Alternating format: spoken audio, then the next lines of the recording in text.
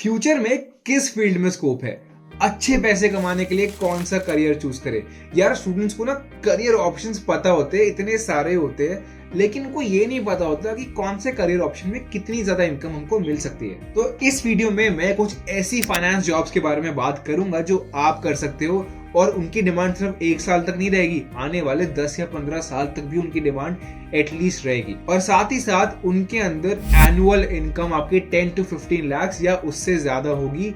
उन्हीं अपॉर्चुनिटीज की आज हम बात करने वाले हैं। Here you will get the list of top 5 highest paying jobs in finance in 2023। और हाँ, डरना मत यार कि 10 से 15 लाख की जॉब तो उन्हीं को मिलेगी जो बहुत ज्यादा पढ़ते होंगे। ऐसा कुछ नहीं होता है, स्किल्स सीखो, आपको भी मिलेगी वो। कोई बहुत ज्यादा स्ट्रगल करने की जरूरत नहीं है, थोड़े से एफर्ट डालने की जरूरत है। तो ज्यादा टाइम ना वेस्ट करते हुए let's start with the countdown. सबसे पहला आता है इन्वेस्टमेंट बैंकर, जिसकी मिनिमम सैलरी आज की डेट में 10 से 12 लाख होती है विद एक्सपीरियंस, जो कि सिर्फ और सिर्फ बढ़ती जाती है। इसके अंदर एक चीज का ध्यान रखो, बहुत सारी चीजें सीखनी पड़ती है। Skills like financial modelling, it's very important. CFA करना, मास्टर्स इन फाइनेंस करना, ये सब के सब स्किल्स क्वालिफिकेशंस बहुत ही ज्यादा जरूरी है अगर आपको एक इन्वेस्टमेंट बैंकर बनना है। तो one of the top rated profiles होती है इन्वेस्टमेंट बैंकिंग की फाइनेंस के अंदर।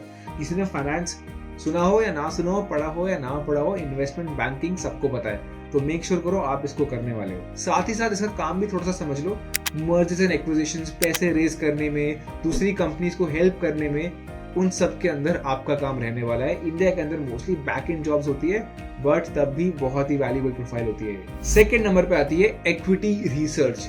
इसकी अपॉर्चुनिटीज इंडिया में काफी ज्यादा है और अर्निंग के पोटेंशियल भी बहुत ज्यादा है। देखो डिग्रीज तो मोर और लेस वही है, क्वालिफिकेशंस मोर और लेस वही है जो इन्वेस्टमेंट बैंकिंग की थी, लेकिन यहाँ पे स्किल बेस्ड काम ज्यादा होता है as compare to investment banking. और आपको पहले से कुछ स्किल्स सीखने पड़ते हैं ताकि आप इस फील्ड के अंदर आराम से जा पाओ, आराम से सीख पाओ इस फील्ड को। जैसे इक्विटी रिसर्च, इक्विटी क्या होता है? इक्विटी होते हैं हमारे स्टॉक्स, बेसिकली फाइनेंशियल मार्केट्स की नॉलेज आपको अच्छी होनी चाहिए, स्किल आपके अच्छे होने चाहिए regarding investments, even regarding trading थोड़े बहुत, कि आप बेटर देन मार्केट रिटर्न्स, जिसको हम अल्फा रिटर्न्स भी बोलते हैं, वो आप जनरेट कर पाओ अपने लिए, अपने क्लाइंट्स के लिए या फिर अपनी कंपनी के लिए। तो डिग्री के साथ साथ यहाँ पे स्किल्स जेन्युइनली काफी रिक्वायर्ड है। एवरेज सैलरी कुछ भी हो सकती है, लेकिन मिनिमम 8 लाख की एवरेज सैलरी तो यहाँ पे होती है। Earning potential is a lot more than this. Third number पे आती है information technology auditor. Information technology, IT, क्या मुझे इसके लिए IT की कोई डिग्री चाहिए? आंसर इज नो, आपको IT की डिग्री नहीं चाहिए इसके लिए कोई भी। यहाँ तक कि लॉ, फाइनेंस या एडमिन वाले भी इस कोर्स को परस्यू कर सकते हैं।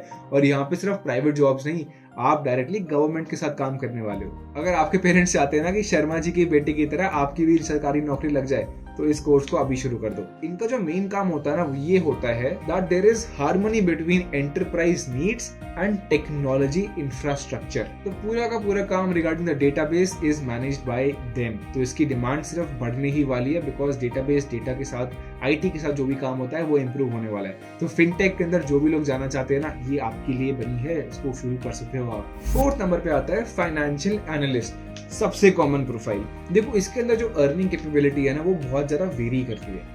जो फ्रेशर्स को कंपनीज हायर करती है, जो बेसिक कंपनीज फ्रेशर्स को भी हायर लेती है, वो भी आजकल हर जॉब को फाइनेंशियल एनालिस्ट बोलने लग गए हैं, even though it is operational finance. मैं यहाँ पे उसकी बात नहीं कर रहा हूँ, ऑल्दो वो कंसिडर करते हैं उसको फाइनेंशियल एनालिस्ट के अंदर, मैं पर्सनली इसको अवॉइड करता हूँ। मैं यहाँ पे बात कर रहा हूँ जेन्युइन कॉर्पोरेट फाइनेंस जॉब्स, जहाँ पे आप एक जेन्युइन फाइनेंशियल एनालिस्ट हो एक अच्छी कंपनी के अंदर, जहाँ पे अर्निंग पोटेंशियल भी अच्छी हो, नॉट जस्ट 4-5 लाख, उसके बियॉन्ड आप जाते हो और बड़े लेवल पे काम करते हो, जहाँ पे earning capacity is really good. So basically business के आउटकम्स, इन्वेस्टमेंट के आउटकम्स, ये सब कुछ फाइनेंशियल एनालिस्ट मैनेज करता है। इमेजिन करो अगर आप एक बड़ी कंपनी में फाइनेंशियल एनालिस्ट बन जाओ, तो उसकी लर्निंग कैपेसिटी, अर्निंग कैपेसिटी, यहाँ तक की स्किल कैपेसिटी भी कितनी ज्यादा होती है। देखो अब रही बात क्वालिफिकेशंस की, अगर आप CFA भी कर लोगे ना, तो भी you can get this opportunity. But मैं हमेशा एक चीज बोलते हुए आया हूँ कि अगर आप मास्टर्स ऑलरेडी कर लोगे तो आपकी वैल्यू बस ऐड ऑन ही होगी, कम नहीं होगी। So look for a good PG as well.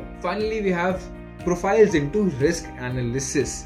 बहुत लोग फाइनेंस की जब बात करते हैं ना, तो उनको बस stock market, corporate finance, financial analyst, investment banking, इससे ऊपर बढ़ते ही नहीं है। तो इसके अलावा और इससे ऊपर भी कुछ प्रोफाइल्स आती है जो कि होती है आपकी रिस्क एनालिसिस से रिलेटेड।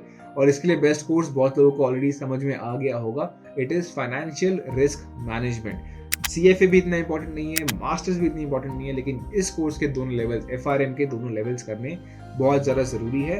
एंड बहुत सारे डिफरेंट टाइप्स ऑफ रिस्क होते हैं, मार्केट रिस्क होता है, क्रेडिट रिस्क होता है, ऑपरेशनल रिस्क होता है, और इनकी demand developing countries like India उसके अंदर बढ़ने ही वाली है, बिकॉज रिस्क कंप्लायंस पे हम काम करते हैं। बहुत बार हम सुनते हैं कि यार यहाँ से कोई पैसे लेके बाहर चला गया तो इसका मतलब कंपनी या बैंक का क्रेडिट रिस्क खराब था, या फिर बहुत बार ऐसा होता है कि हमने कोई इन्वेस्टमेंट करी उसमें लॉस हो गया, मतलब मार्केट रिस्क बहुत गलत था, या फिर कई बार ड्यू टू ऑपरेशंस कोई गलती होगी तो ऑपरेशनल रिस्क। इन सब सेगमेंट्स में आप काम करोगे अगर आप रिस्क एनालिस्ट बन जाते हो तो स्कोप काफ़ी अच्छा है। इंडिया के अंदर तो बहुत ही अच्छा है, इनफैक्ट कुछ और एशियन कंट्रीज लाइक सिंगापुर और इनफैक्ट इवन चाइना, जापान, इन सब में भी बहुत अच्छा स्कोप है इस फील्ड को लेकर। इसको कर सकते हो आप, कंपैरेटिवली काफ़ी इंटरेस्टिंग फील्ड भी है बाकियों से और थोड़ी सी अनकन्वेंशनल भी है।